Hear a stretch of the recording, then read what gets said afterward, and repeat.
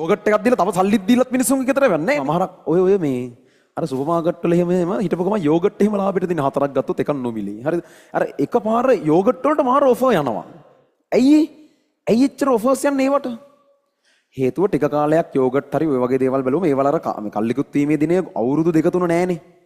මාස ගණන් කීපයක් වගේ තමයි තියෙන්නේ. සමහරක් ඒවල දවස් ගණන් කල්ලිකුත් වීමේ දින තියෙන්නේ. ඒතර යෝගට් දැන් ස්ටොක් එකක් ගේනවා ගොඩක් ගෙනල්ලා. විකිනලා දැන් තව ඉතුරුයි 100ක් 200ක් විතර. හැබැයි මේක අනිද්දා කල්ලිකුත් වෙනවා. සාමාන්‍යයෙන් විකිනන ගානට තිබ්බොත් එහෙම අනිද්දා වෙද්දි තව ටිකක් ඉතුරු වෙනවා. මොකද කරන්නේ? දන්සල් දෙන්නේ නැහැ.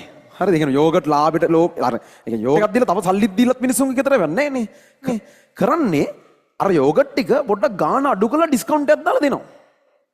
ඒතර ගන්න එක ගන්න ටික අර වෙනදට වඩා ඉක්මනට ගන්න chance එක වැඩිනේ. මිනිස්සු ඇවිල්ලා වෙනදා යෝගට් දෙකක් ගන්න එක අද යෝගට් 4ක් ගන්නවා. ඇයි 4ක් ගත්තම තව එකක් නොමිලේ හම්බ වෙනවා. එක්කෝ ගාන අඩු වෙනවා. මොකක් හරි එකක් වෙලා ඩිස්කවුන්ට් එකක් හම්බ වෙනවා.